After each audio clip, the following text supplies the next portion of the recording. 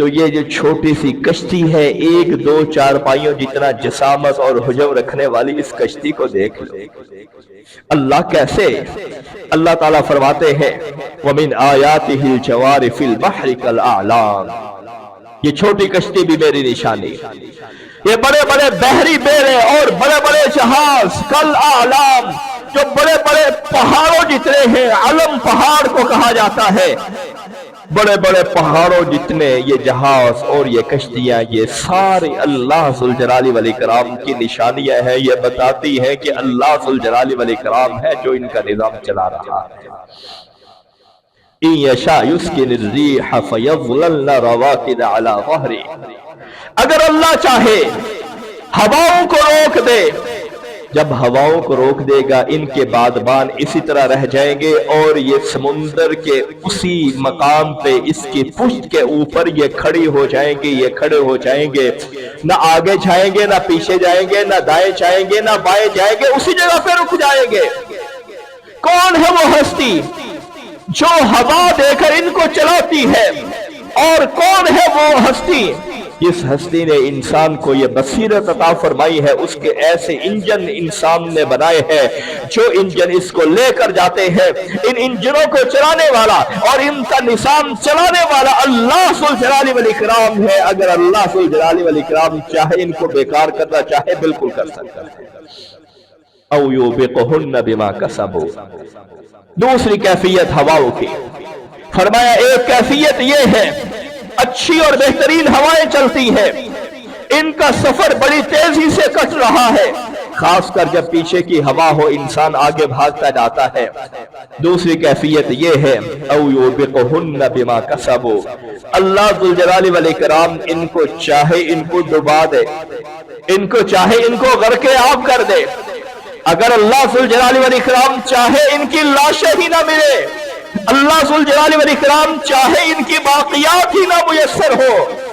اور ہوا کی تیسری قسم وَيَعْفُ عَنْ كَثِيرٍ، اللہ ذوالجلال والاکرام نرمی کے ساتھ تمہیں چلاتا ہے دنیا کے ایک کونے سے دوسرے کونے میں، اور ایک سمندر کے ساحل سے دوسرے ساحل سمندر پہ، ایک بندرگاہ سے دوسرے ملک کی بندرگاہ پہ، دوسرے بر اعظم کی بندرگاہ پہ تم بآسانی پہنچ جاتے ہو۔ فرمایا وَيَعْفُ عَنْ كَثِيرٍ، اللہ تمہیں معاف کر دیتا ہے، اس معافی کا یہ نتیجہ ہے کہ تم بآسانی سفر طے کر لیتے ہو۔ اللہ ذوالجلال والاکرام ہم سب کو اپنی معرفت عطا فرمائے۔